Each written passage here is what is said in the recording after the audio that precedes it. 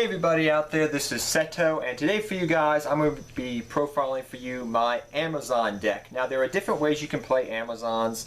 Some people like playing the rank 4 build, some people like playing like a beatdown style type of theme, which is what this deck mainly is. Some people like playing with Amazon as queen, but there's a whole bunch of different ways you can play it. I'll discuss that more as I go through the deck profile. But Amazons are one of the original archetypes in the game of Yu-Gi-Oh! They came back out in like 2004, and when they first came out they were actually pretty good to pretty decent. And a buddy of mine and I actually pooled our money together to actually build Amazons back then. And the main reason why we built the deck was because of the fact, and I will admit it now being, a man, and I'll be a man about it, we built it because we thought Amazons looked super hot. Yes, that's the main reason why we built the deck, because we thought they were super hot and sexy. And at the time, I was 13 years old, I had all those hormones going, so I mean, can you blame me? I've always liked their artwork. But I did pick up the deck again back in 5Ds when they got their new Legacy support, and it did help out to some extent, but they really need some more support help, because the main thing about Amazons is they all involve the battle phase to some extent. They're all about the battle phase. They're not about, they really can't destroy monsters. They don't have super effects. They're all about battle and going into the battle phase. So that's the main thing they're about. And all of their attacks, they're kind of not the best. Plus the fact their effects are not the best either. They're kind of here and there. But I did find some good ones, and I tried to build this deck as best I could. I'm still play testing some things to try out, so I will talk about that as I go through the video. So first off, I run 3 Amazoness Paladin. Amazoness Paladin, I would have to say, is probably the best Amazon monster in the deck. She's a level 4. She's my favorite Amazon, I have to admit. I've always liked her. She always reminds me of my Valentine, who actually played this deck. But it's 1,700 attack for her. For each Amazon on the field, she gains 100 attack, and because this is a solidarity build of Amazons, which is the best way I have found throughout history to play this deck, is to play solidarity. So you get 800 boost with her, so she she gets 800 boost because of all warriors in your graveyard, and everything you play in the extra deck over here is warriors. Plus the fact that Amazoness Village, which is actually a pretty dang good field spell, gives 200 boost to all Amazon monsters. So she can become pretty big and be a very hefty beater. Very fast, I guess you could say. The next card I run 3 of is, 3 Amazoness Trainee. Now, the reason why I play Amazoness Trainee, and not a lot of people play Trainee, I've seen some people play it as a 1 of or 2 of, and for the record, there's really not a lot of Amazon decks out there, even now. I mean, a lot of the Amazon decks I see are, profiles from 3 to 2 years ago. I mean, they're very old. So you have to pretty much go on what, the game has changed since then. So Amazoness Trainee is a level 4, 1,500 attack monster, which states, and I will read its effect so you can understand it. It states, monsters destroyed by battle with this card are returned to the bottom of the deck instead of going to the graveyard. If this card destroys an opponent's monster by battle, it gains 200 attack. And that actually stacks, from what I recall. So the really nice thing about this is, as you guys know in the game of Yu-Gi-Oh! Right now, there's a lot of floaters. You have Burning Abyss, you have Shadows, you have Yang Zing. There's a lot of cards, that float.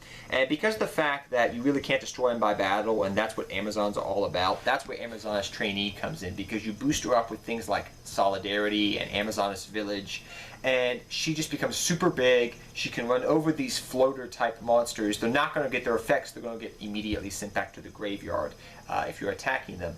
Granted, if you are attacking XYZ, that's a little bit different, I believe. I can't remember exactly her ruling as you're attacking XYZ, but if you're just attacking floater-esque monsters, she does become kind of decent. So if you're playing against Yang Zings, she's really nice. If you're playing against Burning Abyss and they're just, have a whole bunch of Burning Abyss monsters out in the field, you can attack them that way. Excluding XYZs, though, I believe, from what I recall. I can't remember that exactly, so don't quote me on that. Next, I run 2 Amazoness Warrior. Now, Amazoness Warrior, I have to say, is one of my friend's favorite card, but I've also liked it because she has I will admit it, she has some big cleavage. If you actually look at the card very closely, she has some big melons. But Amazoness swordswoman is actually very nice and can actually win you games for you. The main reason is she has 1,500 attack, and her effect is when this card, if you take battle damage in the battle phase, I'll read it to you so you can understand. When an opponent takes, your opponent takes all battle damage that you would have taken from a battle involving this card. So what does that mean? So say your opponent's got a shooting quasar on the board, or a huge monster like they got a 3,000 monster. They got Blue Eyes White Dragon on the field, and they have maybe 1,000 life points left. You could summon Amazoness Warrior, attack that. They would take the battle damage, and you win the game because they shot themselves in the foot, kind of. So she's nice in that regard. She's another big beat stick for the deck. So you can boost your attack up 800 or so, and with Solidarity and with Village, and she becomes a beat stick-esque card. Next, I'm running 2 Amazoness Sages, and I wish this card was a little bit better, but like I said, all the Amazoness monsters seem to evolve the battle phase of the game. So they have to go into battle and then they get their effects. Most of the time that's what happens. So Amazoness Sage states that at the end of the damage step, if this card attacks and survives, you can destroy 1 spell or trap card on the field. Now you may say this is a pretty bad card, and I will admit she only has 1,400 attack, so you really need Solidarity to get this thing working. But if you're playing against a Pendulum-esque deck, and your opponent has got, same thing with Trainee, which I find really nice for this deck, is it's actually pretty good against Pendulum decks. That's the funny thing, because if you attack a Pendulum monster with Amazoness Trainee, the Pendulum monster does not go to the graveyard. It actually goes back to the deck. So, they're not setting up their extra deck full of Pendulum monsters that they can just blow up on the, just summon a whole bunch of Pendulum monsters. They're just getting sent back to the deck. So that's a good thing with Trainee, and why this deck, pretty much I focused it on anti-Pendulums. I guess you could say that's what this deck is mainly focused on, anti-Pendulum decks. So even though there's only Quill Pulse right now and some Performer Pals, in the future this deck may actually become more viable, I find. But Amazoness Sage is really good because you can, after you attack, and if she survives, you can just pop their Pendulum Zone. She can go, oh, pop that Pendulum Zone, and now they have half a Pendulum Zone. So it's kind of nice. So that's why I run her as a 2 of. If you want to cut her completely, go right ahead. But I have thought about replacing her with Amazoness Queen, but her effect that she can blow up things after the battle phase I find kind of nice. So the last Amazoness monster I run is Amazoness Chain Master. Now she is actually one of my pretty good monster here. I apologize if you can't see her. She's a very dark card. She's a very dark foil card. But Amazoness Chain Masters is pretty cool because she states, and I'll read it because it's a pretty long effect, when this monster is destroyed as a result of battle and sent to the graveyard, you can pay 1,500 life points, look at your opponent's hand, select 1 monster card, and add that selected monster card to your hand. So it's kind of got that built-in old school card exchange effect, but it can't be a spell, it can't be a trap, it has to be a monster card.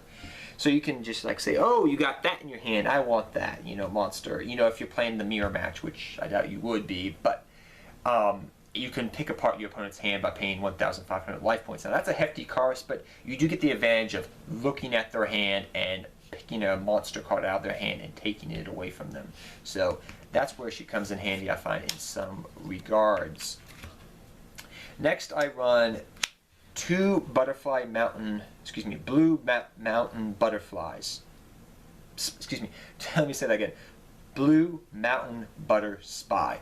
Please forgive me, I'm having a little bit of trouble pronouncing cards today.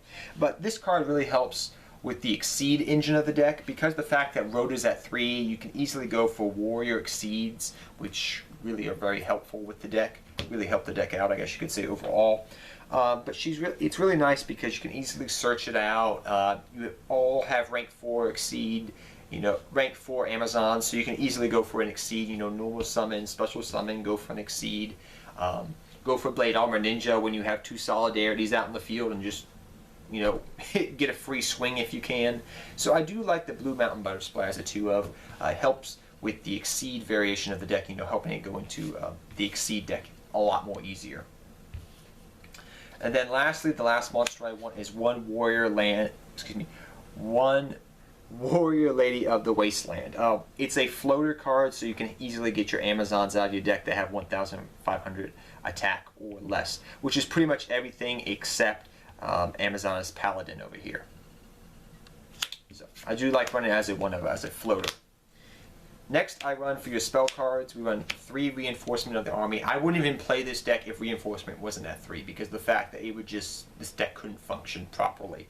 Because Rhoda is at 3, this deck can actually properly function because you can search out what you need when you need it. So that's why I like Rhoda at 3, and it really helps the deck out. Next, I run 3 Pod Duality. Now, originally I was running 2 Pod Duality, and I was hypothetically thinking, well, you know, I could play Amazoness Queen, but she's not a rank 4, so you can't use the rank 4 engine toolbox thing, and you're going to have to run Monarchs the Storm 4th, really, to get her out, because they don't stay on the field that long. The Amazoness girls don't, so, I mean, I said finally just cut Amazoness Queen out and just run Pod Duality to help consistency, help thin your deck out, help look for Amazoness Village, help look for things like Solidarity, help look for cards you need, Rhodas, whatever you need, because you really don't special summon in this deck besides going into the extra deck with Blue Mountain Butter Spy.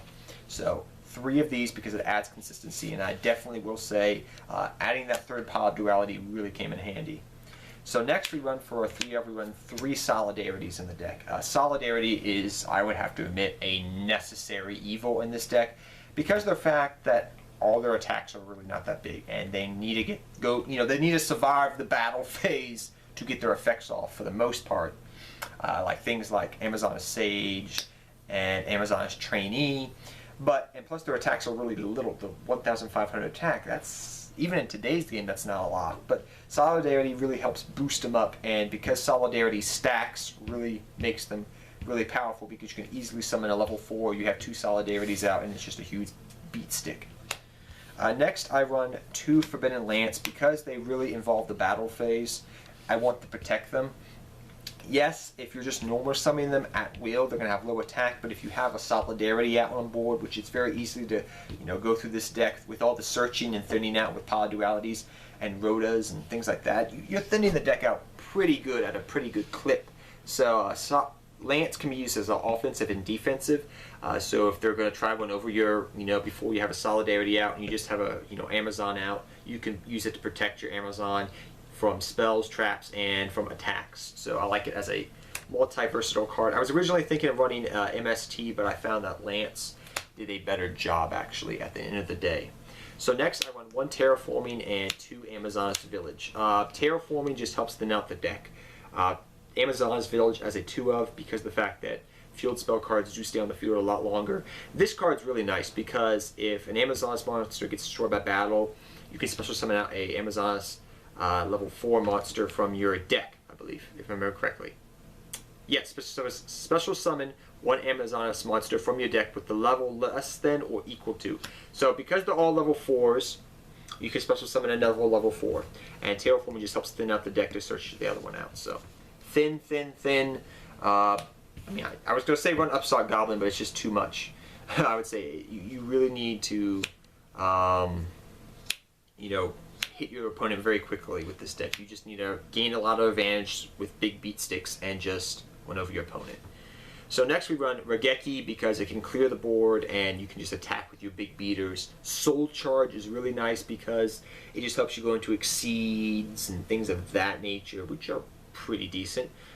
Plus you can reborn a whole bunch of Amazons and protect them. Snatch and Steal, if all else fails, steal your opponent's boss monster and beat them down with it. And Gold Sarcophagus is really nice because the fact it's another way of searching out Solidarity directly.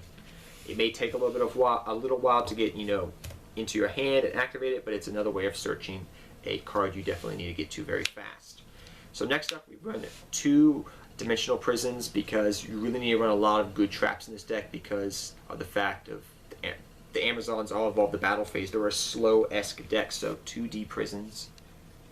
2 Fiendish Chains instead of Breakthrough Skill because the fact that you need to prevent your Amazons from getting destroyed, really. So 2 Fiendish Chains for that reason. You can use it for defensive measures as well.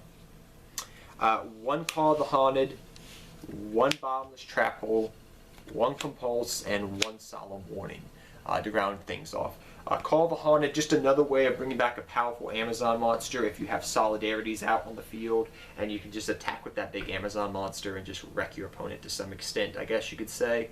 Bottomless, just a good card. Compulse, a good card. Solemn Warning, another good card, I find. So for your extra deck, you have to keep in mind, because we do run Solidarity in the deck, it has to be all warrior-based monsters. So we run one Heroic Champion Excalibur, one Heroic Champion Gandiva, one Blade Armor Ninja, one Photon Pappy Operative, and one number 39 Utopia. I pretty much went with all the rank 4 warriors I could find, and it works out pretty well.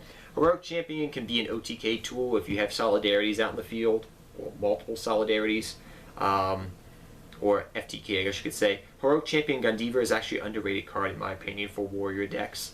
Blade Armor Ninja can just win you games, hands down, because it's a card I have honestly thought about bumping it up to 2 of, because if you have 2 solidarities out in a Blade Armor Ninja and you have a Forbidden Lance in hand, you're in good shape. Photon Poppy Appleton just help out with slower pace decks you go against. Number 39 Utopia, because it's Utopia and it's a warrior monster.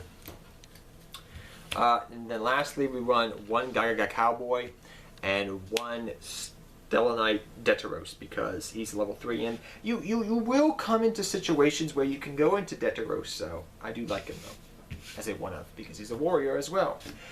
Before I end this video, I'm just going to talk about 2 trap cards that I would suggest trying out. They didn't make the final cut for this deck. I'm still playing around with them. I want to add them to the deck. So I'll talk about the 2 Battle Guard cards that came out in Duelist Alliance.